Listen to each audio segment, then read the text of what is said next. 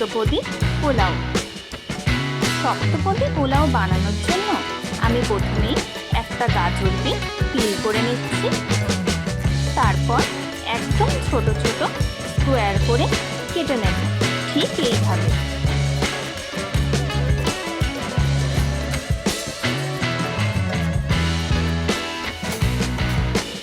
গাজর কাটা হয়ে গেছে।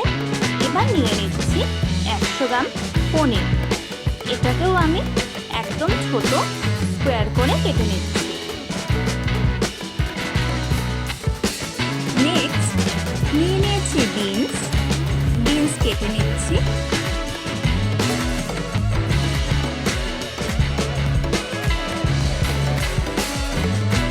নিয়ে নিয়েছি একটা আলুর খোসা আমি আগেই পিল করে নিয়েছি। এবার সেম স্কোয়ার সাইজ আর ছোট ছোট করে কেটে নিচ্ছি। এবার কেটে নিচ্ছি চিংড়ি মাছ। এখানে 15টার মতো চিংড়ি মাছ আছে, আমি সেগুলোকে হাফ হাফ করে নিচ্ছি। নেক্সট কেটে নিচ্ছি 2টো পেঁয়াজ।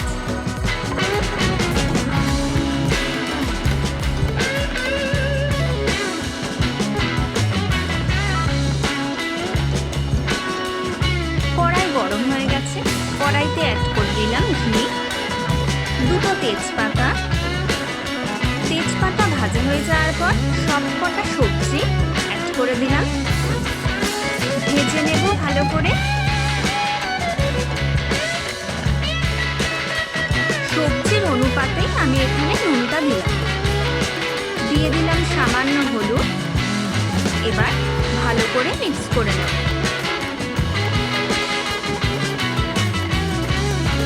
অ্যাড করে দিচ্ছি আদা রসুনের পেস্ট।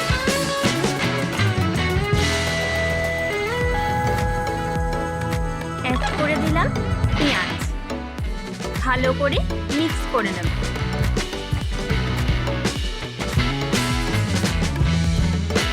সবকিছু ভালো মতো ভাজা হয়ে গেছে। এই সময় অ্যাড করে দিচ্ছি চিংড়ি।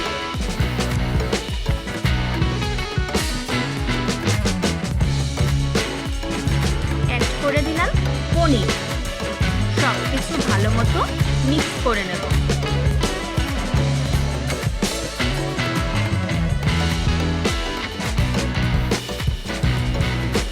চিনির বদলে অ্যাড করে দিচ্ছি সুগার ফ্রি। বাকি নুনটা এবার অ্যাড করে দিলাম। কাশ্মীরি লঙ্কা গুঁড়ো অ্যাড করে দিলাম। একদম কষা কষা হয়ে গেছে। এবার দিয়ে দিলাম গরম মশলা পাউডার, একদম সামান্য। বিরিয়ানি মশলা অ্যাড করে দিলাম। এই সময় আমি 1 বড় চামচ ফেটানো দই ও কাজু বাদাম অ্যাড করেছি, যেটা শুট করা পসিবল হয়নি। মিঠা আতর অ্যাড করে দিলাম। আমি এখানে তুলসী ভোগ চাল নিয়েছি, আপনারা যে কোনো বাসমতি চালও নিতে পারেন বা তুলসী ভোগ চালও নিতে পারেন। চালটা ভালো করে মিক্স করে নিন।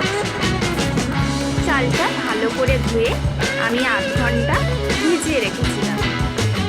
চাল যত ভালো ভাজা হবে তত তাড়াতাড়ি কিন্তু কুক হবে। ভালো করে ভেজে নিয়েছি। এবার দিয়ে দিলাম গরম জল।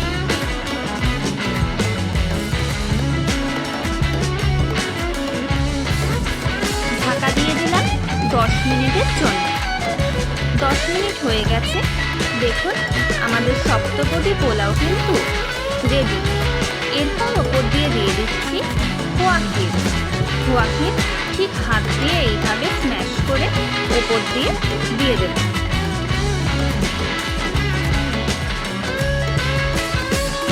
খোয়া ক্ষীর দেওয়ার পর একটু সামান্য জল দিয়ে দিলাম, দিয়ে খোয়া ক্ষীরটা মিক্স করে নেব। খুব হালকা হাতে মিক্স করব, যাতে চাল ভেঙে না যায়। আর একটু খোয়া ক্ষীর অ্যাড করে দিলাম, আর ওপর দিয়ে দিলাম ঘি।